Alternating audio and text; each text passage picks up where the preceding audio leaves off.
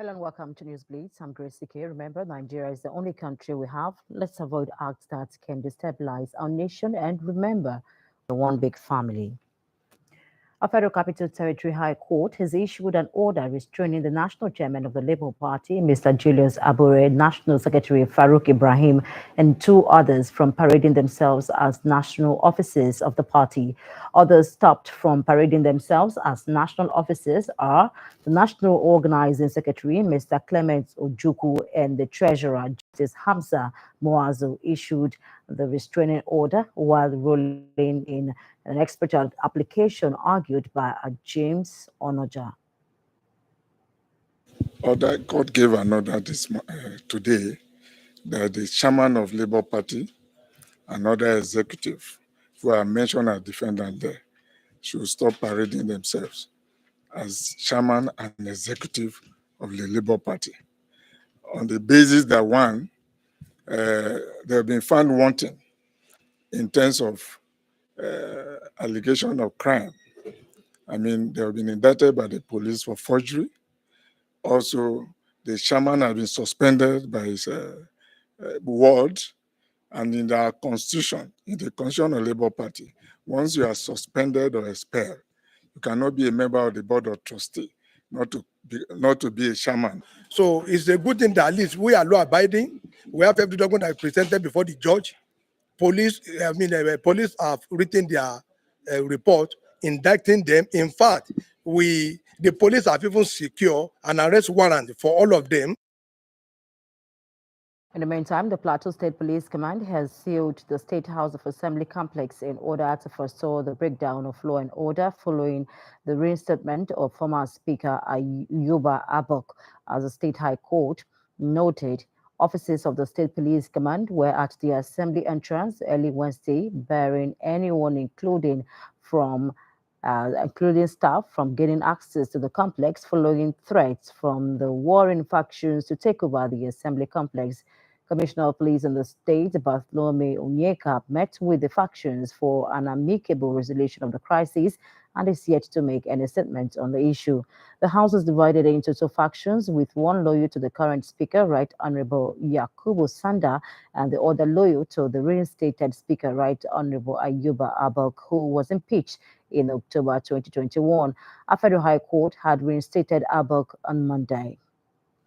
Meanwhile, President Muhammadu Buhari has inaugurated the National Council on Digital Innovation Entrepreneurship. The council's establishment is based on the Nigeria Startup Act 2022, which was signed into law in December 2022. At the inauguration, President Buhari highlighted the importance of the NCDIE in driving economic growth and job creation, as well as plans to consolidate on the gains recorded in the sector under the administration. The president said he expects that the NCDIE will oversee the implementation of Nigeria's Startup Act, which aims to stimulate the growth of innovative startups and small and medium-sized enterprises in the country. And President Muhammadu Buhari had the Executive Vice Agency for Science, Mohammed Haruna, to immediately hand over his office to the next most senior officer in the establishment. The Office of the Secretary of the Government of the Federation disclosed this in a statement by its Director, Information, Willie Bassi. According to this follows the reversal of the extension in office granted by the President from April 2nd, 2023 to April 2, 2025, due to the fact that the EVC had completed 2 tenures of 5 years each in the organization. The federal government has declared Friday 7th and Monday 10th April 2023, which are Good Friday and Easter Monday, to be public holidays to mark this year's Easter celebrations. The Minister of the Interior, Rauf Aregbesola, made the declaration in a statement signed by the Permanent Secretary of the Ministry, Shoaib Belko, on Wednesday in the nation's capital.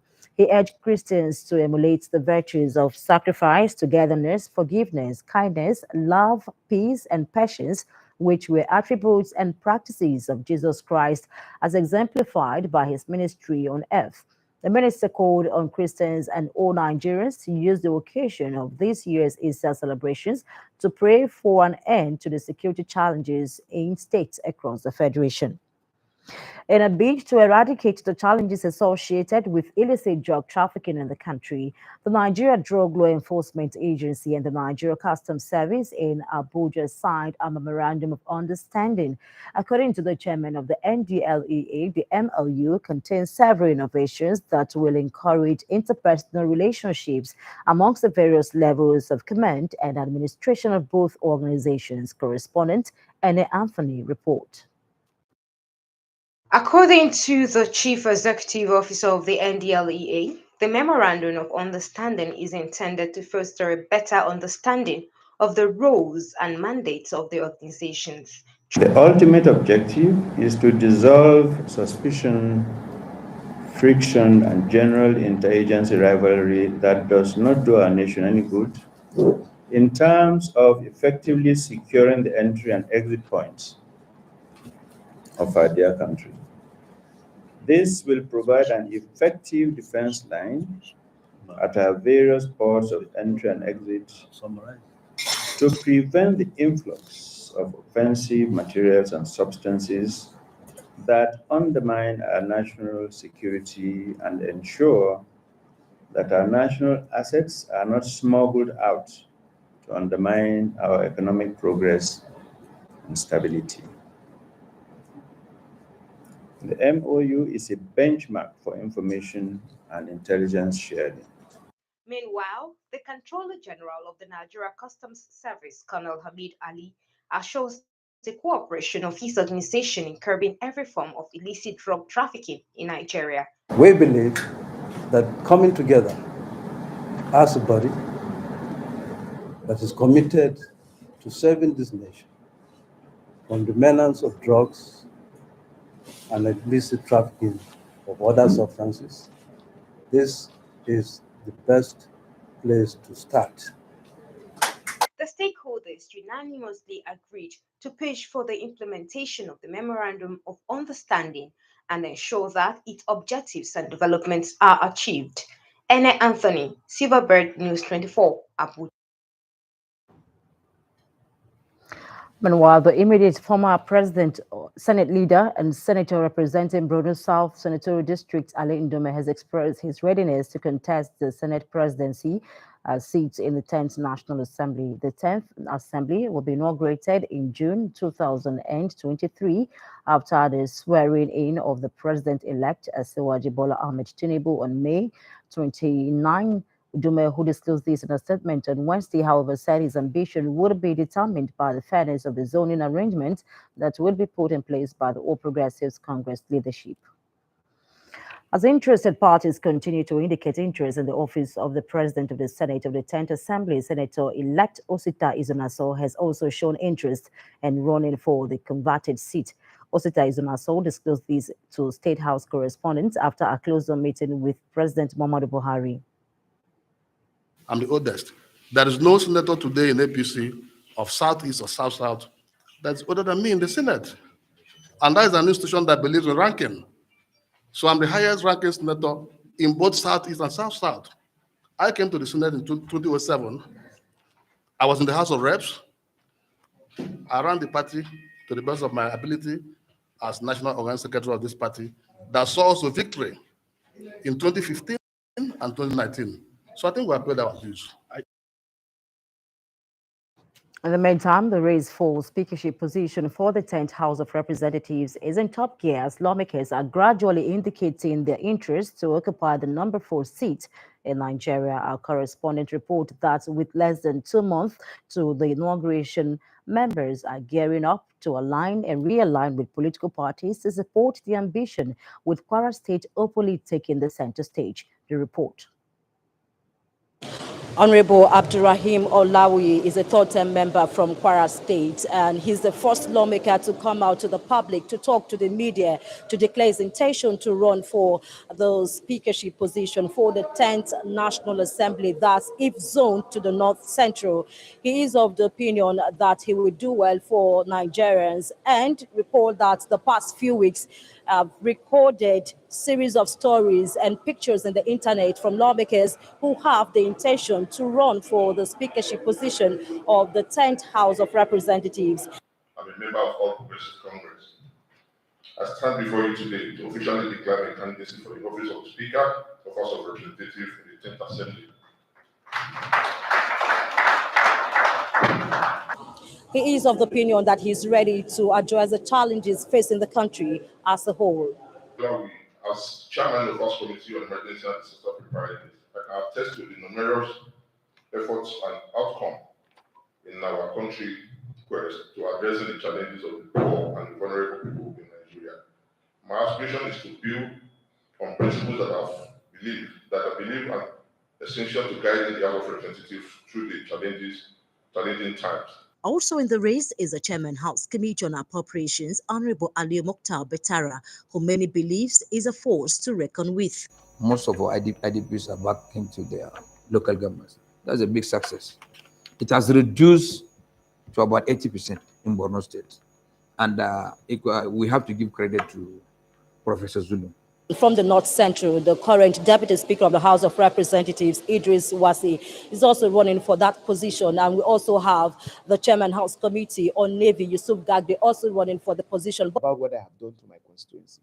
Let's talk about our commitment on the floor of the House, our capacity on the floor of the House, our contribution to the legislative process on the floor of the House.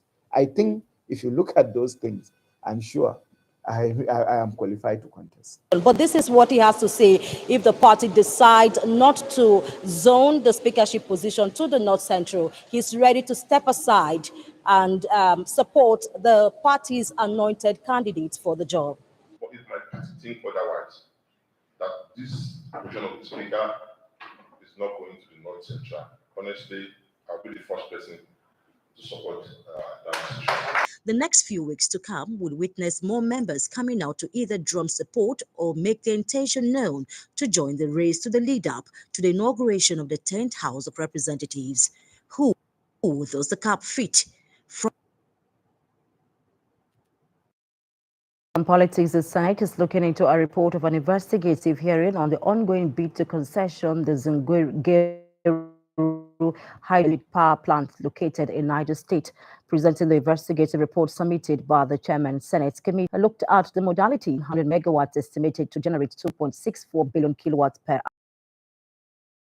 Lawmakers also debated on modalities of the plant being able to avail itself of a preferential loans facility from the Export-Import Bank of China. What is in the body of this motion is not its amendment. What has been approved has been amended to accommodate excluded by Exim Bank. So if we say there is a cancellation of the entire rolling plan, then it means that what we approved is cancelled. So you can't go for that to say that you amended. So it would have been couch amendment of the rolling plan 16 to 2018, but not rescission. When you say rescission, you've cancelled what we have approved. So if we cancel it, we have to reapprove it again. A cumulative loan that we approved here in the Senate. Unfortunately, the China Exim Bank declined to give money for Kaduna, Zaria, Kano.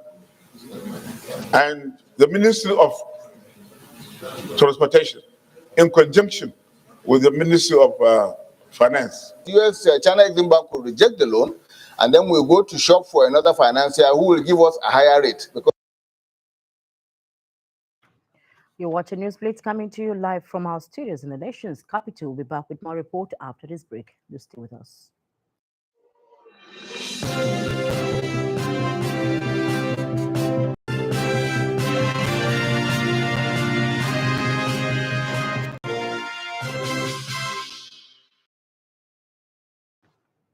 The federal government has lauded the Ogoni youth in Rivers State for their relentless support in ensuring the success of the cleanup exercise in Ogoni land.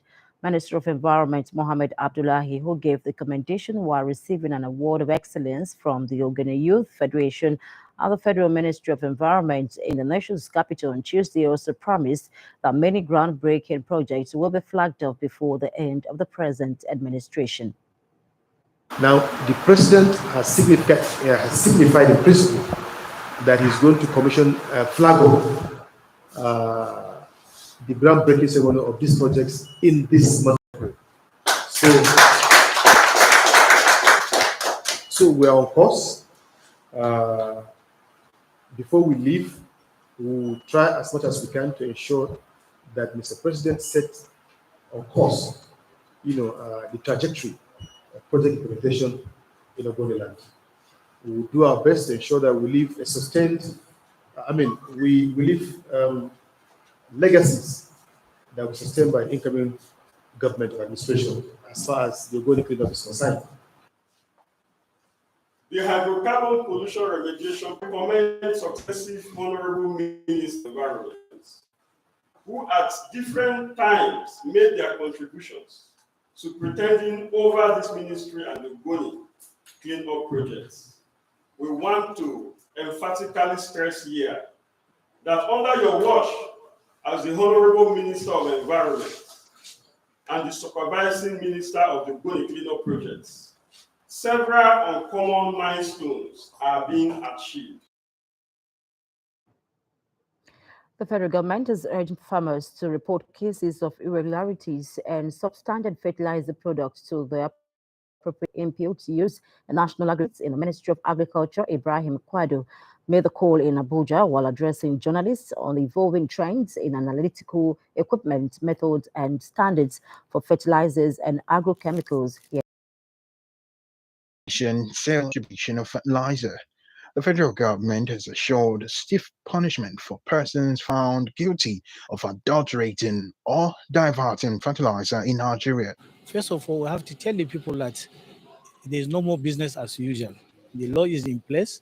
We circulated the law and the act, and we inform them about the consequences regarding to it.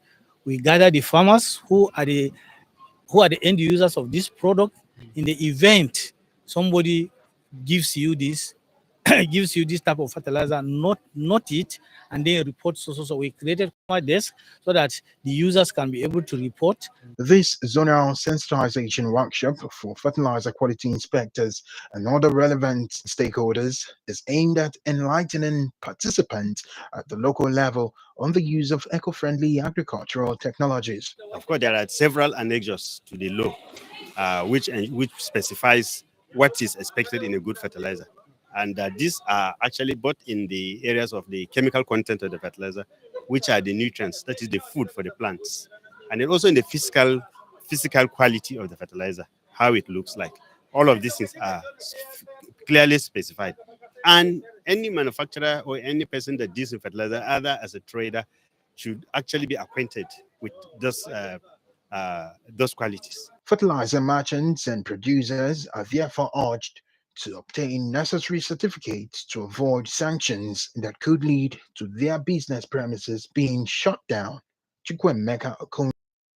Pro standard of education for these through the provision of new classrooms, modern science equipment, implementation of existing police primary and secondary schools across the country. The POA president made this pledge on Wednesday in Abuja while receiving in audience the new education officer of the Nigeria Police, DCP Umar Hadija. We visited all the schools in all the states we visit. And we keep going. We are still doing it so that the police shouldn't be left out. It pains me when I see other children in other schools receiving prizes, and I never see police children there. And I told the IGP, I say, no, if you are the IGP, I think the police children will win all the national awards internationally and nationally. One of the cardinal objectives of POA is to ensure qualitative education to the children of police, both retired and serving, as well as the general public. So that is why I find it absolutely necessary after I took over as the first education officer to pay a courtesy call and also to actually continue to partner with the former national president to ensure that students and the children of retired serving police and the members of the public actually are getting the best qualitative education through discipline. In other foreign scene, Donald Trump has said the U.S. is going to hell in a defiant